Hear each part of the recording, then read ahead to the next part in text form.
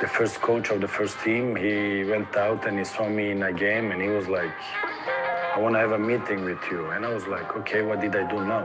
I mean, every time I had a meeting was for some kind of disciplinary thing. And then he said, on Monday, you start to train with the big guys. You're in a first team. And then I was like, from considering to be not the biggest talent, like let's say the last one in the group. Yo, what's going on? Good morning, good morning. If y'all can hear me clearly right now, we are live on YouTube. We are live on Zoom as well.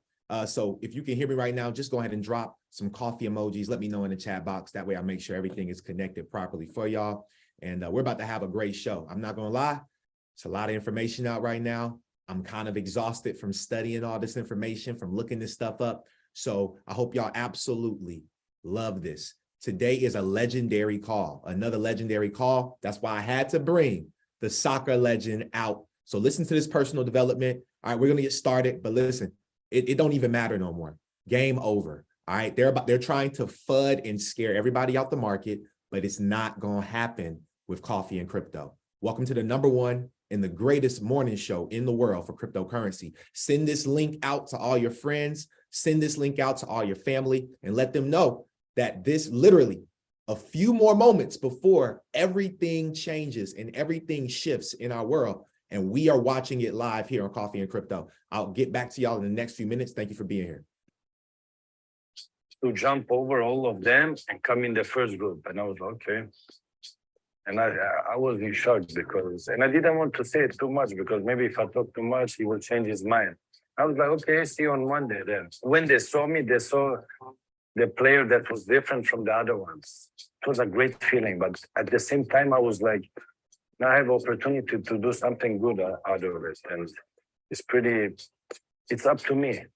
So if I want to become something that I think I can become, I have to train hard. That's my mentality. I like to train hard. I mean, you can have talent, but talent don't take you all the way. How does a world-class footballer like yourself decide one day to create a sports brand? I mean, after 15 years of experience on top level, train every day, spend a lot of hours. As a kid having this dream, imagine if I would have my own brand, and here I am. I can say I have my own sport brand. That's my area, and I had this kid's dream, my vision, my passion, and then I met the perfect partner who made it real. So give a big applause to Peter Warner. That is my colleague. So thanks to him, it became real. So today the wait is over. Now it's time to take over. Let's go. It's time to take over.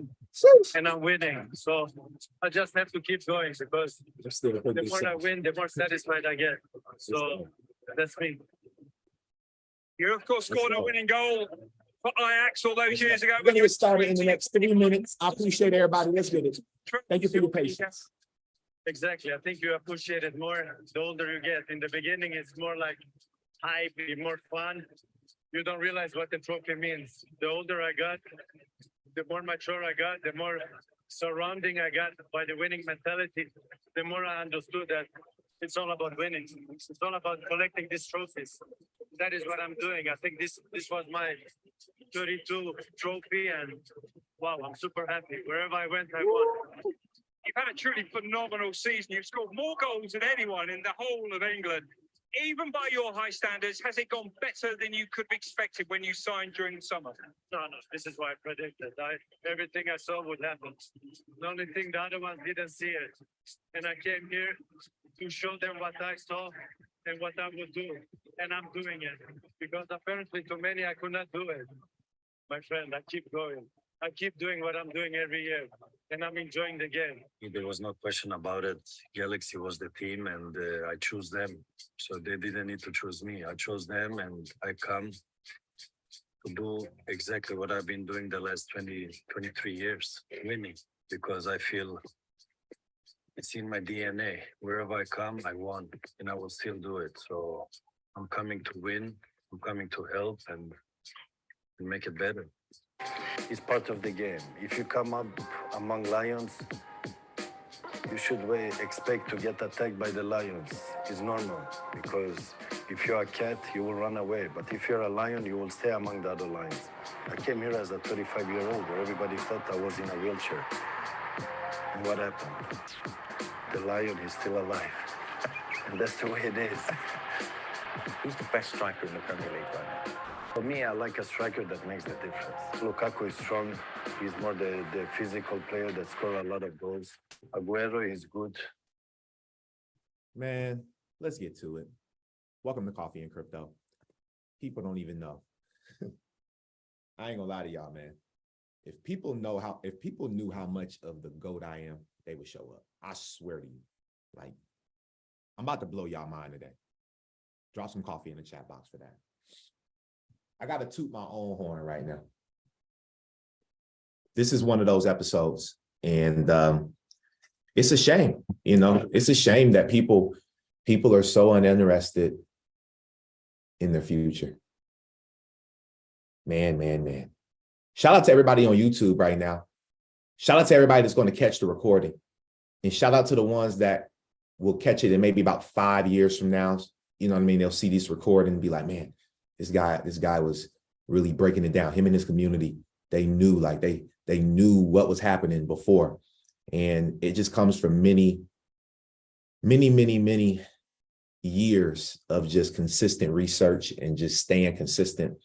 And I won't lie, this is the most consistent I've been in my entire career in regards to one call. And I've really grown to love being here and appreciate the journey that we're on together. So I want to say shout out to each and every single one of y'all for showing up today, being here for your success. If you're a part of the Vincent Owens Group, if you're a part of our Secrets of Crypto and Money Academy, Coffee and Crypto community, do me a favor and go drop this link inside the Discord group. I'm also going to take the time one more time to drop this link to one other group that I have that I actually was supposed to do it to. So y'all give me 2 seconds. I'm going to drop my link. And we're about to dive into this call. If y'all are excited today, there's a lot of stuff going on, man. And I don't know if I can cover all this in 50 minutes, but we're going to see. And I'm going to try my best, because I want to make sure that y'all have all of the information you need to win during these times. This is about to be a crazy ride. It's about to get real, y'all. Like we thought it was getting real. It is getting so real. And so I want to start this video off with this dope commercial. I posted it on my IG. I found it on Mason, Crypto Mason. I found this on Crypto Mason's page, right? Give me 2 seconds and let me make sure I secure the call real quick. Let me secure everything on the call. Y'all give me 2 seconds. How many people know who that is? You know, I been following a lot of influencers for quite some time. And one thing I'll say is that, you know, I enjoy finding great content for you guys. This is such a great time. All right. So this video right here is super interesting because XLM Stellar, and I've seen this video before, but I saw it before when in 2021 when it came out. But now that everything has kind of started to transpire and actually start to happen and manifest outwards, Stellar was really, they were really like Miss Cleo. They was telling the future. All right. So check out this commercial that they had. Segundo mes consecutivo, la inflación. The world is full of tensions, all simultaneously pulling on the fabric of our financial system. Hola, Ma, ¿todo bien? ¿Qué pasa? Mira, estoy acá fuera del banco. Ah, pero está cerrado. Qué porquería. ¿Pero qué están haciendo? Déjeme pasar, que necesito sacar dinero. L'avertissement intervient après que plusieurs rapports ont fait surface sur des voyageurs qui se font voler de force leur argent à des And that barrages. is exactly where we see change peering through. Change that is powered by those who have the skills to create it. Change that includes the unincluded. A change that enables all the financial world has to offer to anyone, anywhere. Driven by technology that helps people to truly own what is theirs. De l'argent dans mon téléphone, s'il te plaît. Combien? Le tout. We are the bridge builders, connecting those who seek opportunities to those who dare to create them. Les réfugiés n'ont pas de smartphone, on est d'accord. Did y'all see the relief on her face? I don't know if y'all saw that. Like, I don't know if y'all ever lived in a third. I know I haven't. I've never lived in a third world country. So I don't know. I don't know the challenges of cross-border payments. I can't tell you. But I need y'all to I need y'all to really see the relief in her face. And that's what really made me say, man, I got to show this video. It was the relief in her face to show, like, it's not about the control. Like they already control the world through media and all this other stuff, right? We can talk about control. Control is control, right?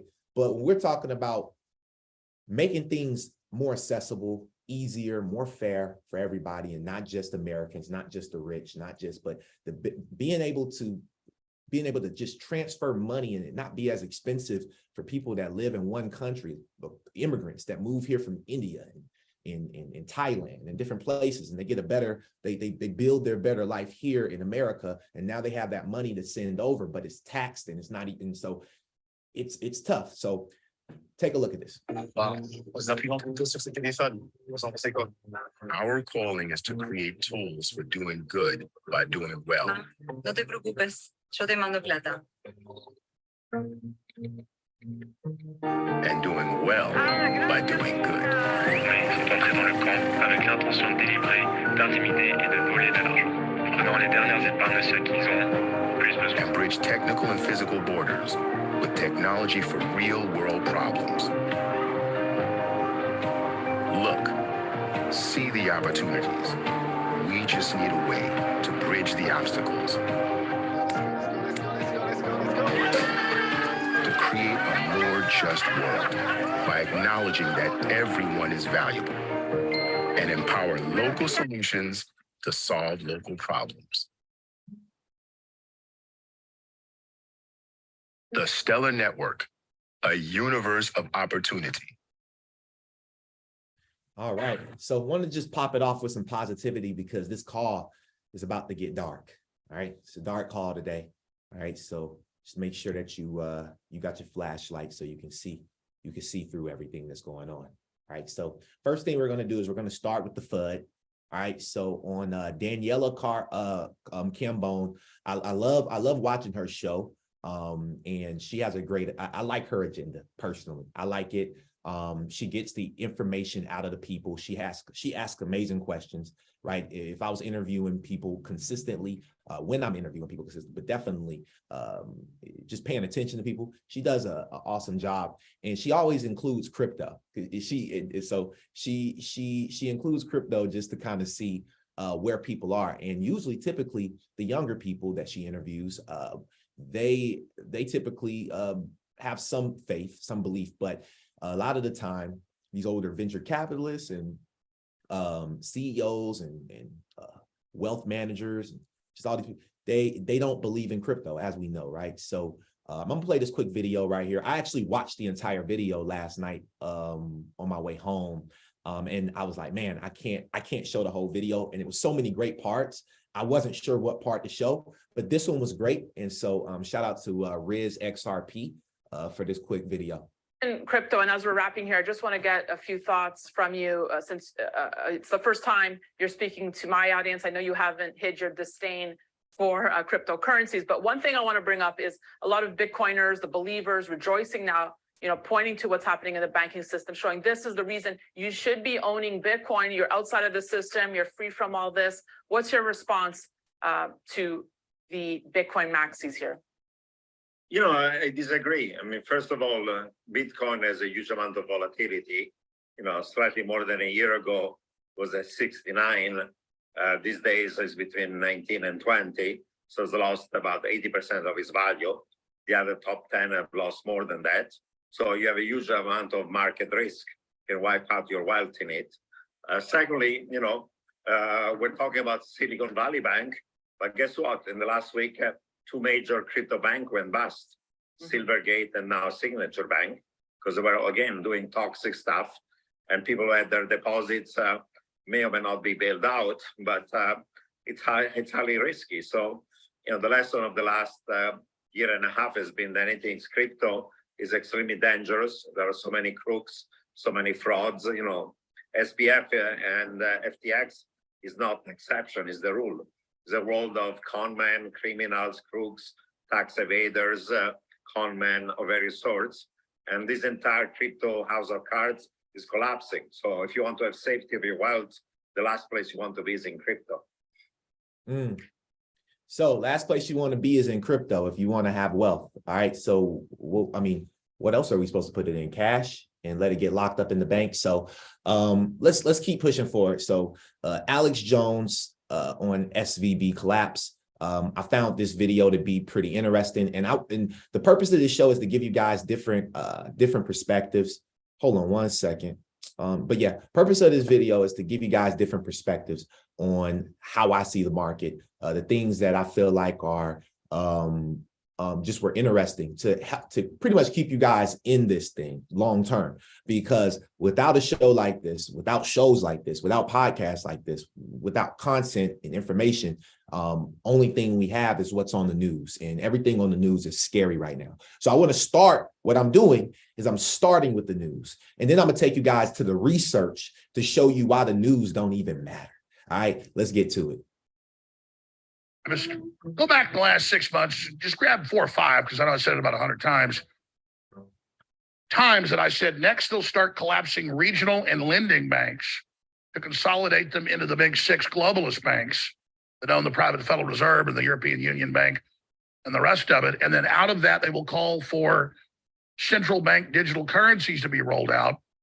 Just on Wednesday, Biden, the third administration of Obama, put out his big new national directive. In fact, I forgot to re-pull that from Wednesday Stack, the big, quote, new cybersecurity initiative. And you read it, it's really to roll out a central bank digital currency that tracks and controls everything you do. Then they'll try to ban all the normal cryptocurrencies that are actually independent and decentralized power. That's all announced in there. And I said on Wednesday, look for them to crash the regional banks to bring in total control. We know the enemy's playbook. I said, will it be a banking collapse and the central bank digital currency cashless society rollout? Will it be a cyber attack to bring that in? Will it be both? Will it be a massive new terror attack, an escalation of the war? These are all cards, because I've been looking over the enemy's shoulder, what they got in their hand. I don't know exactly how they're going to play the cards. I don't know when they're going to play the cards, but I know what cards they got. And that's a lot. So General Flynn, former head of the Defense Intelligence Agency, former top national security advisor to President Trump, and a true patriot, will be joining us here in about 57 minutes from now. All right. So I'm just taking you guys through an entire series of different videos right now. Okay, this video right here was something that we showed a while back, right? So we've been predicting this collapse on the show, been talking about the collapse because of the rise of inflation, right? And we know right now, and it just came out that the Fed actually may not be raising the inflation, right? They may not be raising the and so hold on, let me find that article for you guys real quick, right? So Goldman Sachs expects for the Fed to hike rates in March, but there's another source that just came out, which I got to find that article. It's in here somewhere. They're actually looking at it where they may not be hiking it. So there's a lot of back and forth, whether it's going to happen or it's not going to happen, right? So this video was from about, I think, 2001, 2002.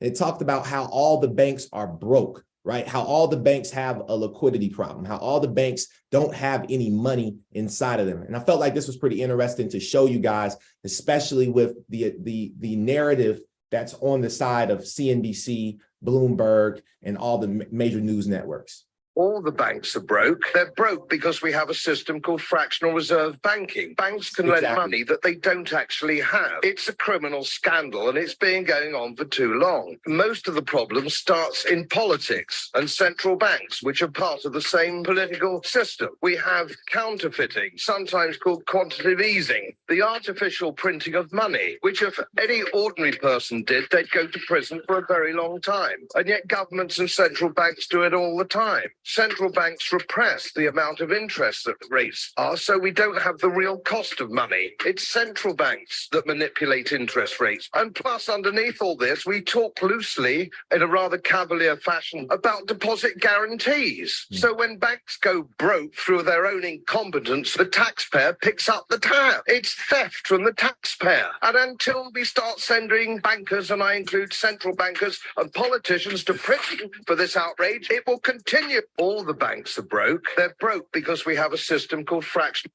So fractional reserve banking. We talked about this quite a few episodes. We've mentioned fractional reserve banking, right? And so while COVID happened in 2020, and I just want to go back over this, and when COVID happened in 2020, the fractional reserve banking requirement went to 0%. Before that, I don't know the exact percent, so I don't want to quote it and be dead wrong on the show. I would have to look it up, but I believe it was between 5 to 10%. All right, it still wasn't high. What does that mean? If it's at 10%, that means that for every dollar that you take and you put inside of the bank, they only hold 10% in a reserve for you, right? A reserve account. So that means that's why you just can't go to the bank and just pull all this money out. Why? Because all of this money is pushed into the digital realm already, and it's traded in the stock market. It's traded in real estate. It's traded in all of these security areas. Why? Because they have the requirements by the FinCEN and just everybody else that they need to be able to actually trade, right? So that is the breakdown. And so with fractional reserve banking being at 0 now, and so we got fractional reserve banking at 0, right? And then we have President Biden talking about he wants to increase capital gains tax to double, so a little like 40%, 41, 42%. He want to increase it double, right? So we got that on our backs in America, right? So no fractional reserve, that, and then we also have the FDIC, right, who can do bail-ins and bail-outs, right? Bailouts being them being able to bail out the bank, meaning they're able to take taxpayer money, they're able to take money that they have and fund it to save these banks, smaller banks typically, because the bigger banks like Wells Fargo, they're too big to fall. Right, those banks are way too big to fall. So you have smaller banks like Signature Bank, like Silicon Valley Bank, right? Like the other bank, the other crypto bank that also fell, right? The 3 banks, and then you have like 2 or 3 other ones that are being looked at right now. So you got all these small banks falling, and I got something to talk about on that here today, but we ain't made it that far yet. So President Biden has went out and made a speech yesterday. We also know that the Federal Reserve had their private meeting yesterday. I haven't heard anything about that yet. I'm not sure if you've heard anything, Mr. Branch, but if so, please let me know. But I haven't heard anything about what they talked about behind those doors. And so we're waiting for that information to uncover. That way we can stay on top of our stuff here now. But let's listen to President Biden and kind of what he had to say about the Silvergate, Signature, and SVB collapse. Thanks to the quick action of my administration over the past few days, Americans can have confidence that the banking system is safe.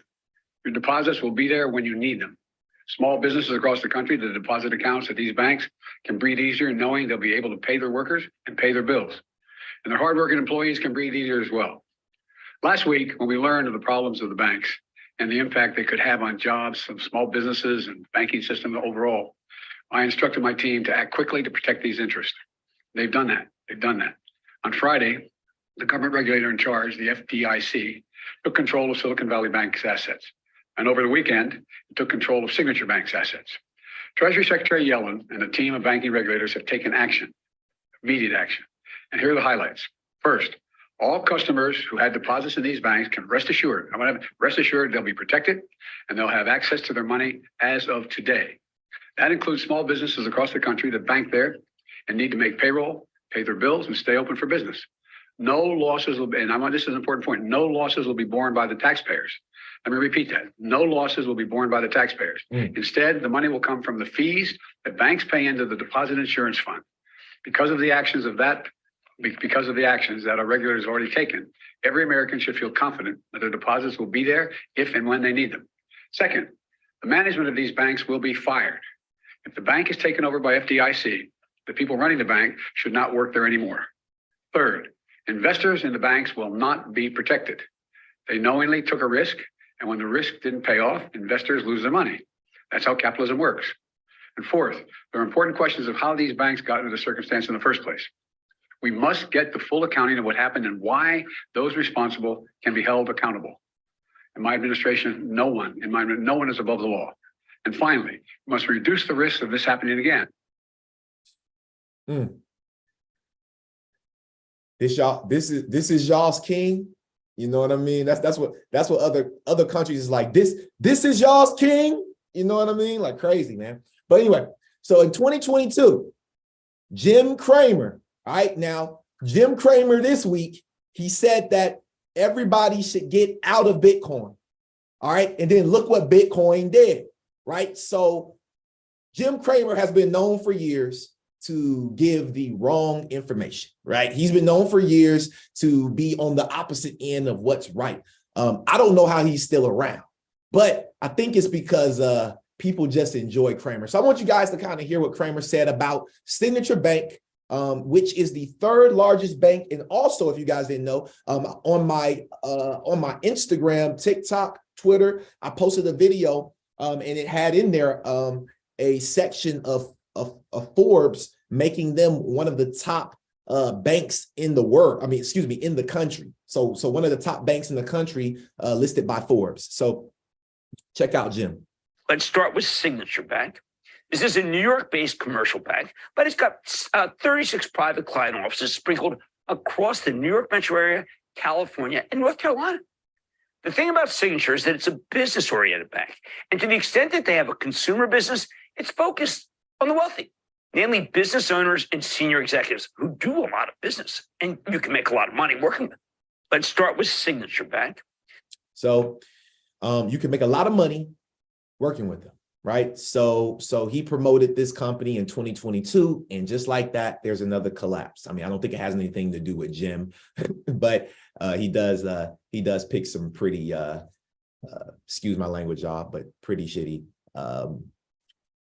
picks. So anyway, on to this article through CNBC. All right, now just be mindful of what you're reading, and you know, remember to make sure you keep your own mind as well going through this. But why regulators seized Signature Bank in their third biggest bank failure in U.S. history. This was put out on March 13th. So yesterday, drop some hot coffee in the chat box. All right. So on Friday, Signature Bank customers spooked by the sudden collapse of Silicon Valley went and withdrew more than $10 billion in deposits. If you guys don't know what that's called a bank run. That is a run on deposits. Basically, they are pulling, they're withdrawing, okay, all of this money from the bank. People were lined up outside the bank to take money out. Okay, the banks, they don't want that. They're like, no, this is how the banks are able to be banks. You have your money in those banks, right? Now, that run on deposits quickly led to the third largest bank failure in U.S. history. Regulators announced late Sunday that Signature was being taken over to protect its depositors and stability of the U.S. financial system.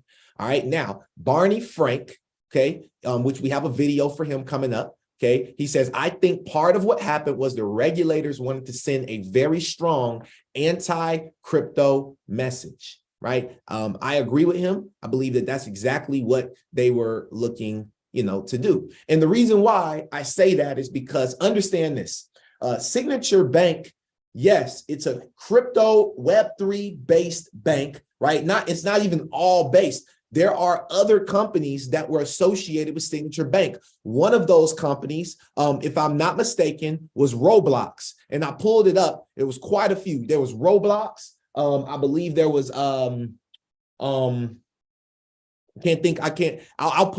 I have time, I'll pull it up. But I know for a fact that Roblox had also had money inside of this bank as well. So it's not just crypto companies. So the fact that they are trying to push the narrative that it's crypto based and this crash is because of crypto it was a terrible narrative to hold, especially when we are looking to be able to gain top dominance on this innovation and regulation so that we are ahead of the curve as a country, right? We do not want to fall behind on this. And this is exactly what's happening, right? So Signature Bank, literally during, let's go back, February 4th, y'all, it was at $320 on February 4th.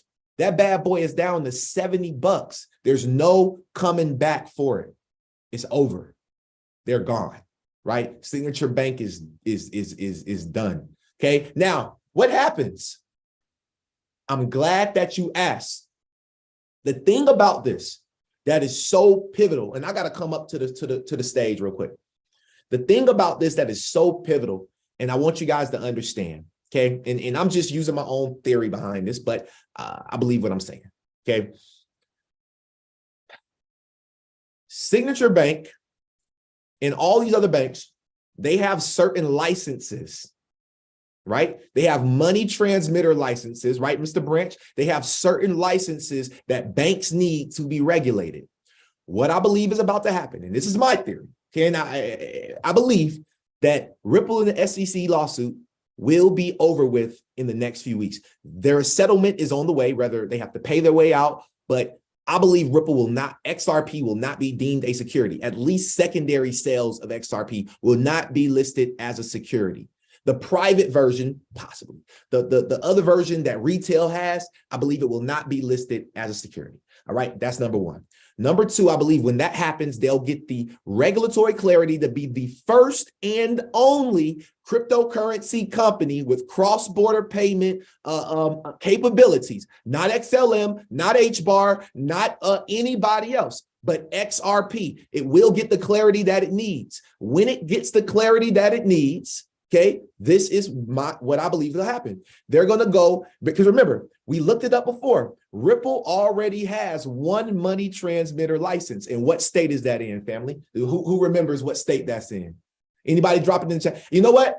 I got some free XRP for somebody that can tell me, because I told y'all on this call before. All right, somebody drop it in the chat box. Nope, not San Francisco. Nope, not New York. Nope. I got some free XRP. And I can't let y'all look it up. Somebody looking it up right now. So, ooh, my mom went crazy just now. It is Georgia. It is Georgia. Am I lying? I believe, look, if I'm lying, no, I ain't frying. I ain't gonna say that. I ain't never frying now. But let me see this. Ripple money transmitter license. I believe I'm right. I believe, hold up. Let me see. Here we go. Oops, I lied. I'm sorry, Mom. It wasn't Georgia. That was something different. It's not Georgia. I lied, but nobody got it though. Nobody got it. It's actually, I ain't even get no XRP. I forgot. I thought it was Georgia. I was so my bad. Look, somebody gonna clown me on YouTube, but let's get the right information though. Let me pull up this article real quick. Hey, players mess up too. You know what I mean? It's charges to the game. It'd be like that sometimes. But I want to show y'all this real quick though. It's always good to have fun. All right. But in real life, it's Missouri. Okay. It's Missouri. But good job though. Everybody, it's not Georgia. It's Missouri. I'm trying to think, what was that trend? Who had the money transmitter license in Georgia? Like there was it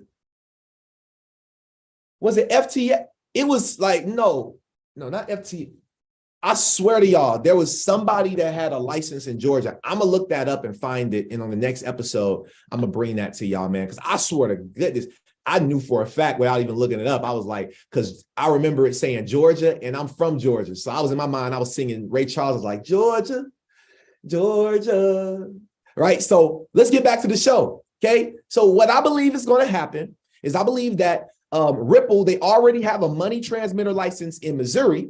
And I believe that what we're going to end up seeing is that they're going to have they're going to end up getting these money, these transmitter licenses, money transfer licenses in multiple different states. Okay. So congratulations to everybody, man. If you drop the state, I just want you to know that I believe that that's a state that Ripple's going to, have a license in. So, hey, eventually you will get some XRP. You know what I mean? You will get some XRP on the call. Now, let's dive back into what we were talking about. So, Signature Bank has failed all the way down. Okay. Coinbase, Circle, Paxos. Here are the major firms with funds tied up in the SVB and Signature Bank. Remember now, they're only showing this. They didn't show this commercial that I showed y'all earlier with Stellar. They didn't focus on that, did Forbes? Forbes focused on talking about the top 3 companies. Paxos already was having issues. USDC having issues. Coinbase having issues. They just keep attacking these companies, and the strongest companies will survive. There will be companies that will survive, right? So now let's dive into some of these things, because we know that the Federal Reserve, and I want to talk about the Federal Reserve today. Does anybody, and you know what? If you're on the Zoom right now or YouTube, let me know. Drop a 7 if you know exactly how the Federal Reserve was created. Drop a 0 if you have no idea how the Federal Reserve was truly created. I'm about to mess y'all up. I'm about to mess y'all up right now. Let me. All right, Mr. I knew Mr. Branch knew. For sure. For surely. Hold up. I gotta find it. Here it is. All right. So before we even talk about the Federal Reserve, I need y'all to understand this. All right. So Glenn Beck. Does anybody know who Glenn Beck is? The Glenn Beck Show. Okay. So Glenn Beck breaks down the creation of the Federal Reserve, created by the likes of the Rothschilds and the Rockefellers. These are the men that represented 1/4. Listen, they represented 1/4, a quarter of the wealth of the entire world. The Morgans, the Rockefellers, the Warburgs, the Rothschilds, all in one room. They all had come together to form a banking cartel, so they didn't have to compete against each other, right? Collaboration. They've been collaborating. Let's go. 5 objectives. Stop the growing competition from the nation's newer banks. That sounds terrible, right? Number 2, obtain franchise to create money out of nothing for the purpose of lending. Number 3, to get control of the reserves of all the banks. So they literally created the Federal Reserve to gain control of the entire world. Listen to this video. The Federal Reserve Act wasn't drafted in Congress. It was drafted on a private island off the coast of Georgia in 1910. Here is the island, Jekyll Island. And it was drafted under great secrecy. Jekyll Island was the retreat for billionaires like William Rockefeller and J.P. Morgan.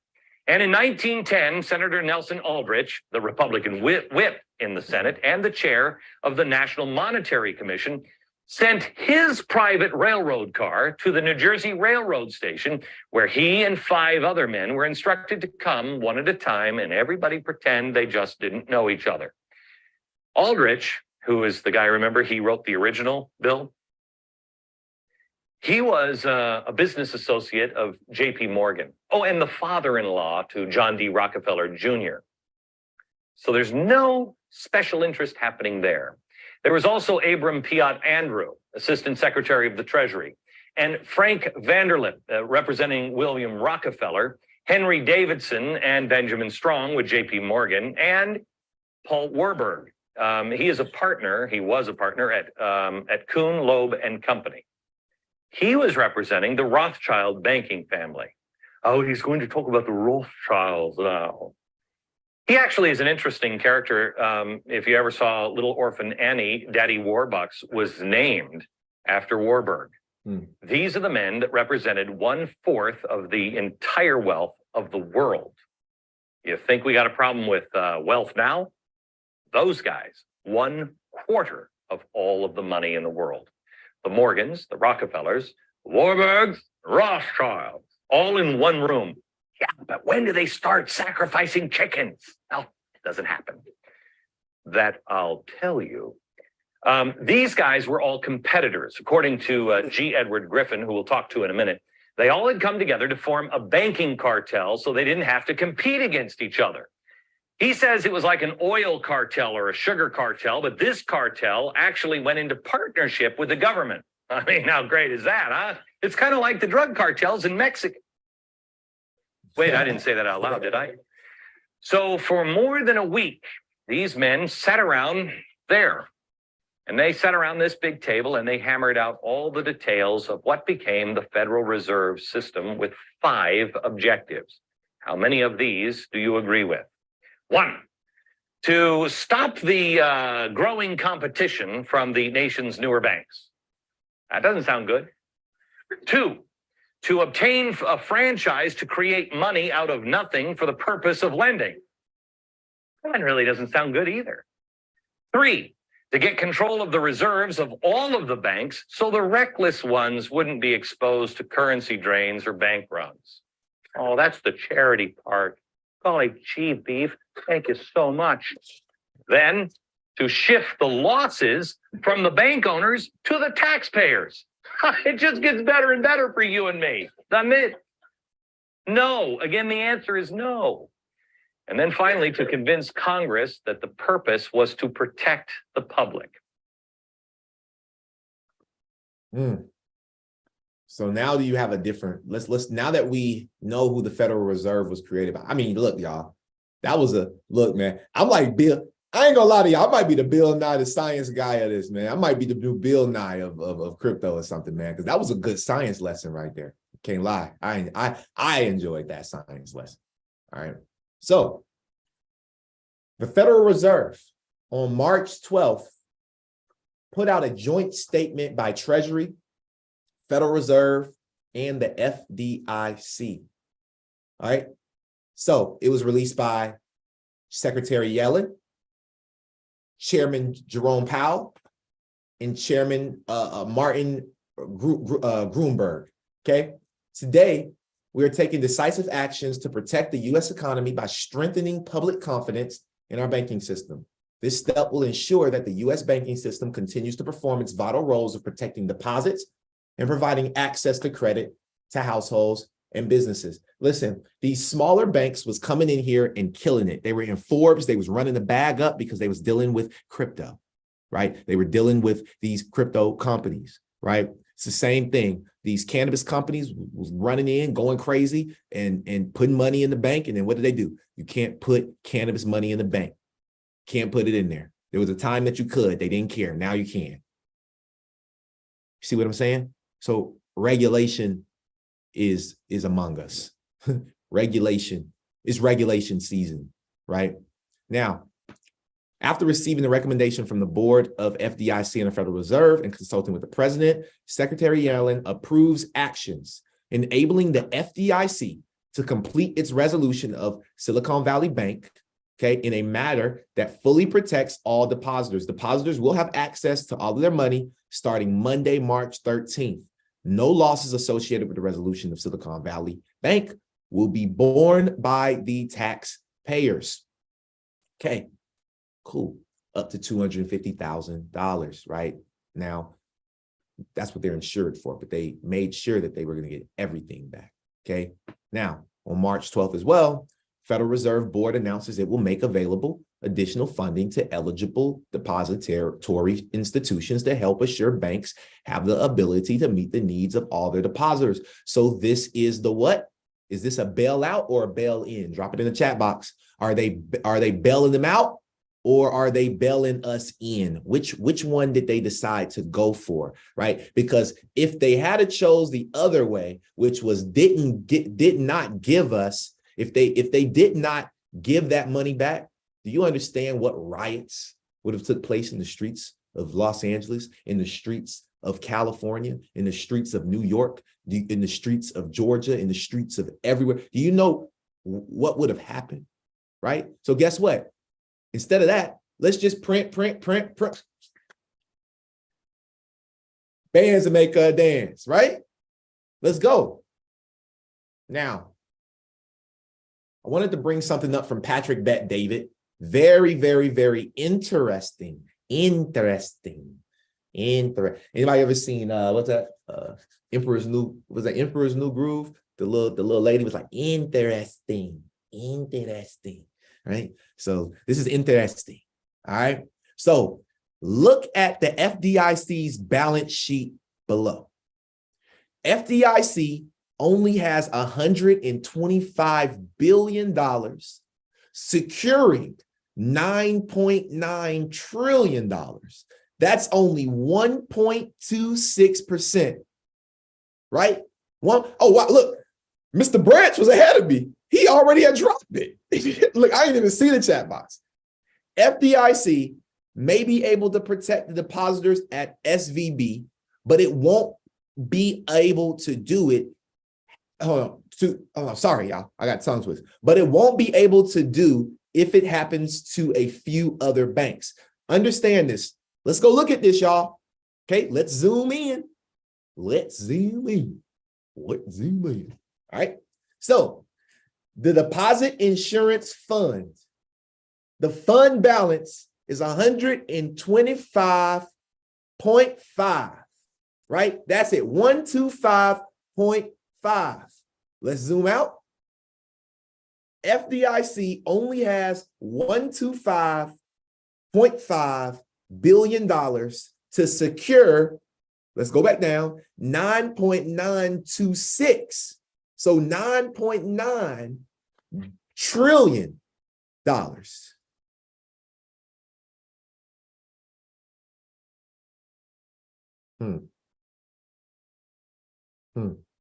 But even with access to that extra 100 billion, that's still not enough to bail out all of these banks, to make sure that there's deposits insured, there's deposit insurance for all of these banks. Because we're just talking about the small ones.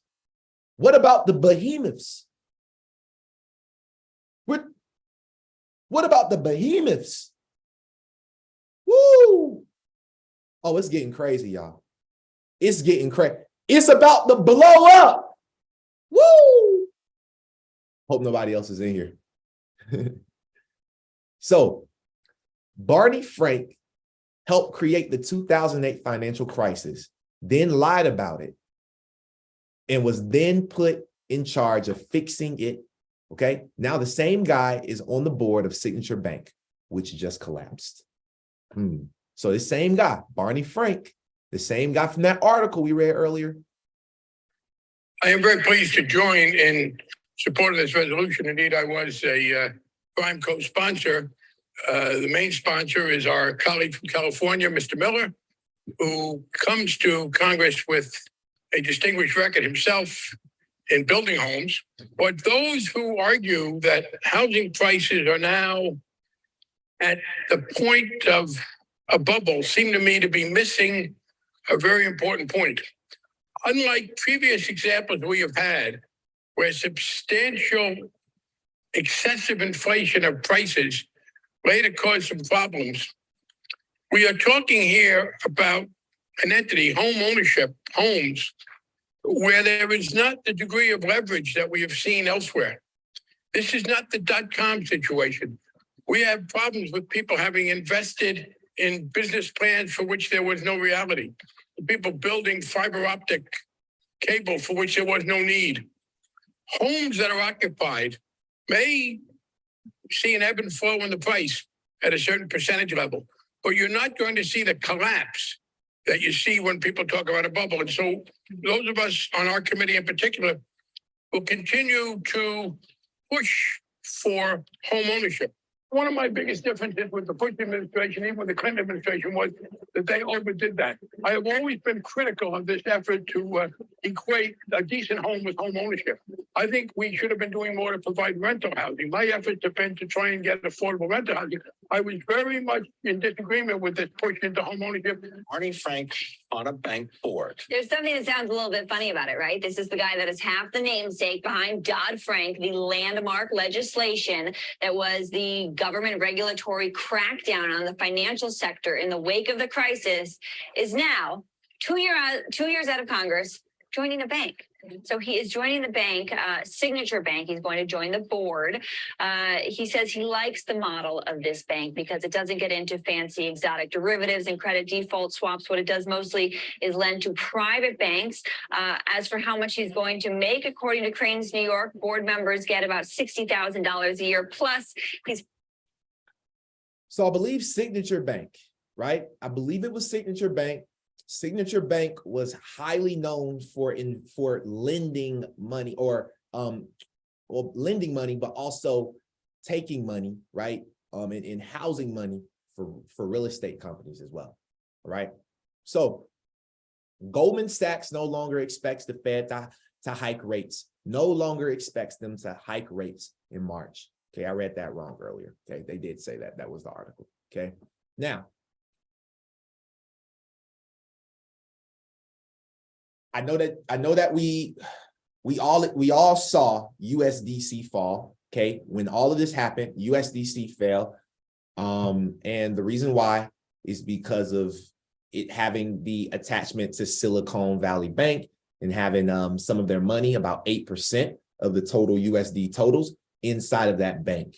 And so hopefully with this bailout, I believe they should be. I believe that's why it repegged, because everything was fine. So just wanted to let you all know that if you haven't noticed, USDC has the repegged.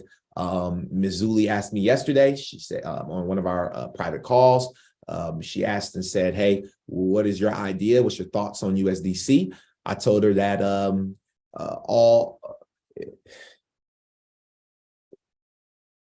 my thoughts on USDC is that all business is back to normal. You know, that's my thoughts. USDC is strong. It's strong. I need you to understand how strong. Look, everybody slip up. I said Georgia. I said Ripple had a money transmitter license in Georgia, and it was Missouri. So everybody mess up, right? So the beautiful thing about it is they bounce back game is crazy, man, because literally the support that they have is crazy, because we've seen what happened to stable coins. This should have showed you every stable coin that has depegged and been on and went down has continued to drop. USDC, literally, I won't say it's the first one. I won't say that because I don't know, all right, 100% if it's the first one. But the first one, from what I've experienced, this is the first time I've seen a company go under and bounce back like a stable coin and repeg like a gangster. I love USDC and I'm rocking with it right now. You got to be careful with all these companies. Okay, you have to be careful with all these companies. Now, the Federal Reserve Board on March 13th, on yesterday, announces that Vice Chair for Supervision, Michael S. Barr, will be leading a review of the supervision and regulation of Silicon Valley Bank in light of its failure. Why is this big? This is big news because Michael S. Barr, okay, if you got, wait, where is it? Here it is. Okay, Michael S. Barr, if you guys didn't know, he's the former Treasury official. He joined Ripple Lab on their board on July 29th of 2015. Huge, big information, all right? Just wanted you all to see that Michael S. Barr has affiliation with Ripple, who's about to what? Gain that clarity. Michael S. Barr, what? Is leading the review, the review of supervision and regulation. Huh? Okay.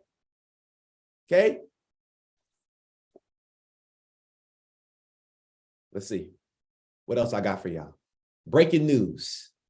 Silicon Valley Bank in the UK, their UK arm acquired by HSBC for £1.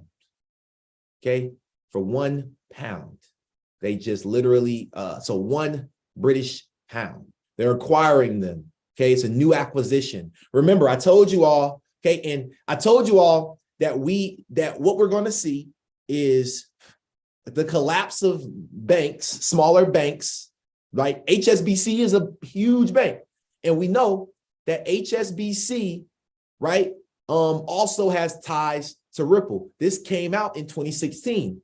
HSBC executive and Swift board member joins Ripple to support continued global growth, right? So HSBC, one of the HSBC members is also on the global board for Swift, and now, joined in as a leadership role for Ripple. Huge, huge, okay?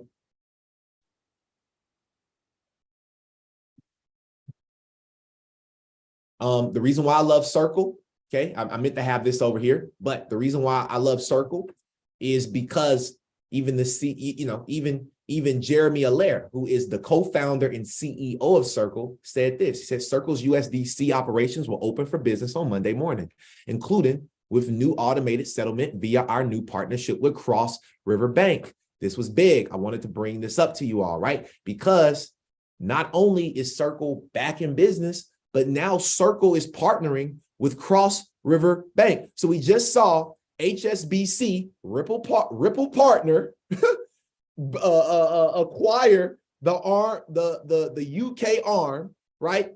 The UK arm.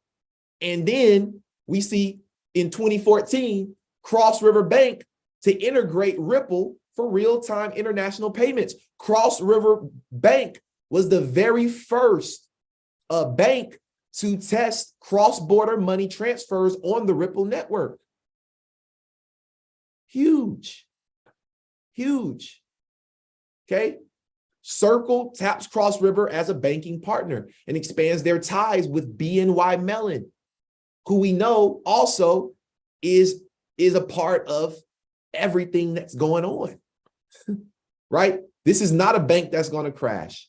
So, I did have some other documents. I don't know if y'all have the time. I mean, I know some people said they had to go. So, I mean, if y'all still got a couple minutes, I got a few more documents. Just let me know if y'all think we should stop the call right now, the YouTube. If y'all chilling, just let me know if y'all chilling. But all right, let's get it. Let's get it. And if Jamel want to see it, then I'm dropping it. All right. It ain't gonna take too much longer, y'all. Not at all. I always want to be respectful and mindful of y'all's time. You know what I mean? It's very important. Okay, being respectful. But if y'all want to see it, look, if you gotta go, you gotta go. You gotta go, you gotta go. But I'm gonna drop these last two bars real quick, just to make sure that we take this out of here the right way. Now, first document that I had to pull up was this document, and it was off of hold on, let me make sure y'all can see this. Okay, so there we actually it's right here. Okay, cool. So crypto assets and distributed ledger technology, vision to reality. This was I pulled this directly off of the FDIC's website. They have a crypto assets and distributed ledger technology, vision to reality paper that was published in 2019. Are you kidding me? What's their agenda? Crypto asset overview, DLT overview, DLT in the public sector, demonstration. They gave nomenclature in this article. They gave an overview of the FUD. Bitcoin's nightmare continues, but then they said there's Bitcoin ATMs everywhere, right? Let's keep going. They gave a crypto asset history. This is what I thought was pretty interesting, guys. Do y'all see what I see? You got Ripple, right? Ripple for crypto assets and payment platforms. You got Ethereum for smart contracts, which Ripple can now do. And you have Ripple payments, right? You have Ripple payments for the XRP ledger. Stop. Stop. Stop playing. Stop playing. Stop. Like, this is it. You got R3 for blockchain developments and consortiums. You got IBM, who is a who partner, Hedera Hashgraph. You got Chain, which, do y'all remember when I told y'all to buy Chain? Somebody drop some coffee in the chat box if y'all still holding Chain with me. Is anybody still holding Chain? Anybody still got their Chain? Anybody still got Chain? Right? Am I leading y'all in the right way? Am I lying? Am I making this stuff up? No, Chain, just Chain by itself, right? I called this out last year. Chain, I called this out like 2 years ago almost. We've been holding Chain. I got so much Chain. Where am I? Like, yeah, it's just called Chain. It is, let me see. I don't even know where I'm holding. I got my Chain somewhere. Where do I got my Chain? I'll tell y'all where I got my Chain. Hold on. Y'all give me 2 seconds. This for the family now, y'all. So, you know, yeah, I'm holding my Chain on one of my wallets. I'm holding it on one of my wallets. So I do still got my Chain. All right. I need to get some more Chain, actually. Now that I look, I thought I had more than that. I need some more Chain. All right. That's not financial advice. It's just something that I called out a while ago. All right. And we're bullish. You got JP Morgan coin. These are initial coin offerings, backed crypto assets, and stable coins. Aspen Digital Coin, right? Mitsubishi and JP Morgan, right? This is from the FDIC, y'all. Okay. What are crypto assets? A medium of exchange that operates in some environments, but does not have all attributes of real currency. No legal status, traded digitally, no government guarantee. Right. So this is an article. I will be dropping this inside of the Discord group. I will be dropping that for you guys inside of the Discord group, inside of the We Got the Receipts section of our Coffee and Crypto division of the Secrets of Crypto and Money Discord. Okay. In the last article, last thing that I have to show y'all is this bad boy right here. Okay. This right here. So this is distributed ledger technology and capital markets. I showed this before. You got HSBC. And so I just wanted to real quick, just so y'all can see real quick that, you know, I ain't, what they call it? What they say? I ain't shucking and jiving with y'all, right? Check this out. Okay. What are the most compelling use cases for DLT in capital markets? This is on the HSBC article that they put out for this stuff, for DLT. It says payments. DLT can streamline end-to-end value transfers, reducing costs, operational risk, and settlement periods. For example, Ripple's XRP ledger provides real-time cross-border settlements using tokens that represent central bank currencies in foreign exchange. HSBC's FX Everywhere tool processed more than 3 intercompany FX transactions worth $250 billion in its first year.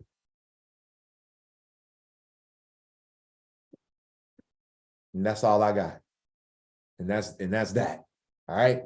So I hope that y'all enjoyed today's episode. Hope that y'all got a lot of value. Drop some coffee in the chat box. Don't go nowhere. Yeah, that was definitely a mic drop. Don't go nowhere. Okay.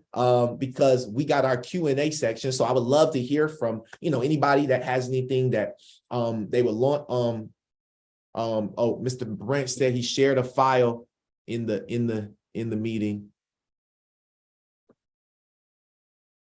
All right. So, all right, y'all.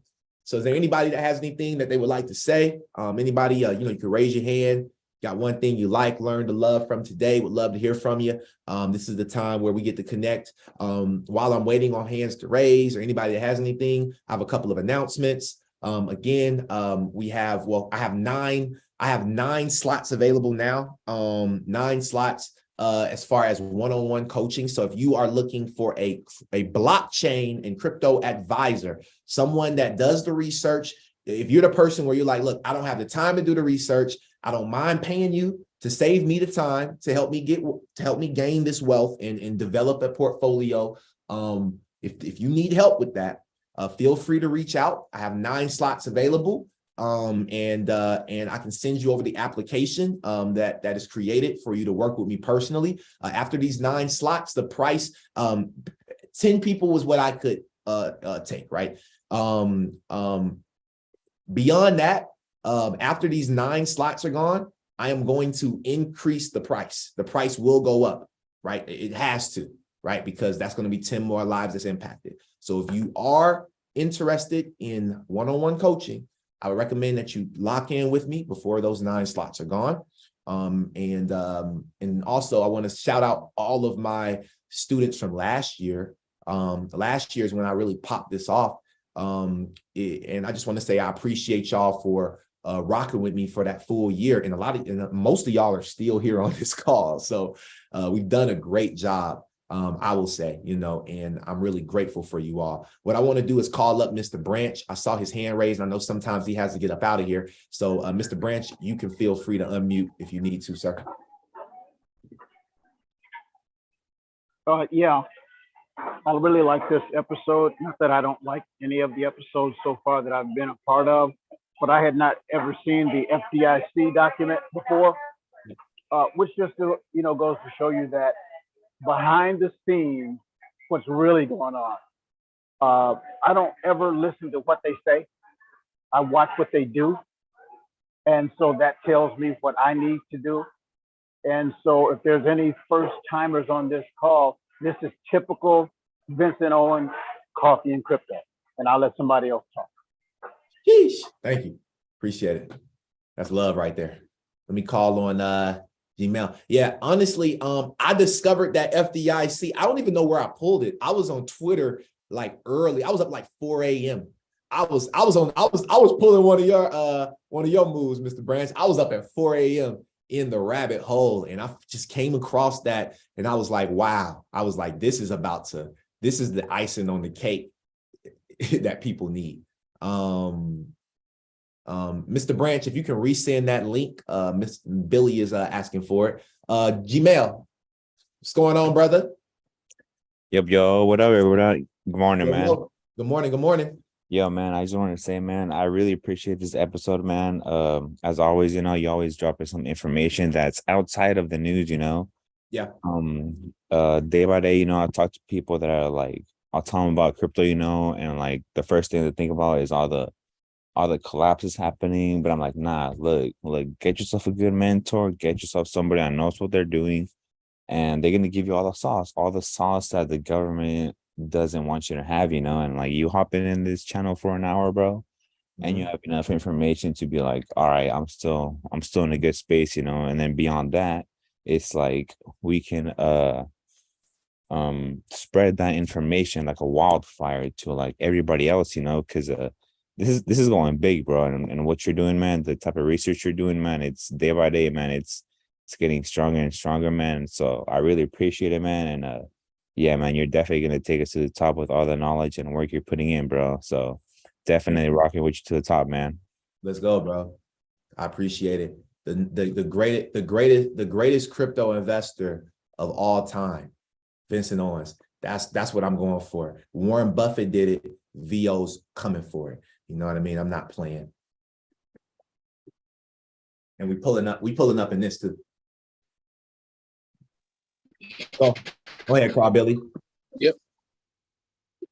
Yeah, I still feel a little weird about telling everybody about my van. I seem a little like maybe I don't want to lose. But I looked at it yesterday. I believe, you're dropping this information about the Beck cat. I can go back and I can research that. I can learn about some the Glenn Beck list. I can understand how it's working. I can understand why it's working. I can see it working. I can see it coming. I'm thinking, is the steering wheel going to be leather or, what's the steering wheel going to look? I don't know. I'm gonna tell you. The steering wheel gonna be touchscreen. we gonna be touching the screen. We gonna hold another car. Like they ain't even invented it yet. So I looked at Let's go. yacht life last night just for a little bit, even though I don't have any friends that get on a boat and I'm not near any water. But I want to see how you're going to be living. So I'm kind of getting used to it, how to get on your yacht, how to get off your yacht, what kind of snacks I can bring to your yacht. Man, those are the things I'm looking at. I have friends that are listening. Some, I hadn't got time today, but I'll check you out tomorrow. I ain't got time today, but send me something. I'm gonna look at it. Have you looked at the last 7 things I've sent you? I really hadn't looked at any of that, but I'm gonna get to it. It's just crazy. Thank you. You're welcome. You're welcome. And last but certainly not least, Miss Michael. Give me 1 second. Let me bring you up. Ask you to unmute. There you go. Good morning. I'm in the jammy, so I can't turn my camera on just All yet. good. I just wanted to say thank you so much for your sacrifice. I know a lot comes along with being a leader and leadership and being ahead of the curve and, being willing to look crazy until, everything comes to light and comes to pass. So I just want to say thank you so much for, all your sacrifice, your research, being ready and being prepared. You really are opening portals. You mentioned real estate and all these different things, and you're really opening up new worlds for me and my family and my friends. So we look forward to the schedule. We are like texting each other, like get on the call or listen or, however we can get engaged. So I just already know. Yo, ever since I met y'all, man, on that one call, like I'm so happy that I had everybody on that call. Cause like I've been connected with your boyfriend. I've been connected with his sister. Like it's been absolutely amazing, man. So I appreciate you. Thank you for the people that you're bringing into my life as well. We appreciate you even more, and we look forward to the steering wheel, the yacht, and having you over for dinner and everything else. So thank you. Max, let's go. Awesome. So y'all, this was another one. You know what I mean? Another amazing episode number 88. Episode number 88. Sheesh. We are literally 12 episodes away from 100, guys. They said it couldn't be done, and it is done. So with that being said, thank y'all again. I will see y'all on episode 89. Episode 89 on Thursday will be bigger than this one. So I would recommend that you tell a friend that it's just gonna, they need to hop on here and grab this sauce. Have a blessed day, everybody. I'll talk to y'all soon. And let me know if y'all need me. Remember, 9 slots left on coaching. If you need help, you need coaching, I'm your guy. I promise you, I will lead you in the right direction. Have a blessed day.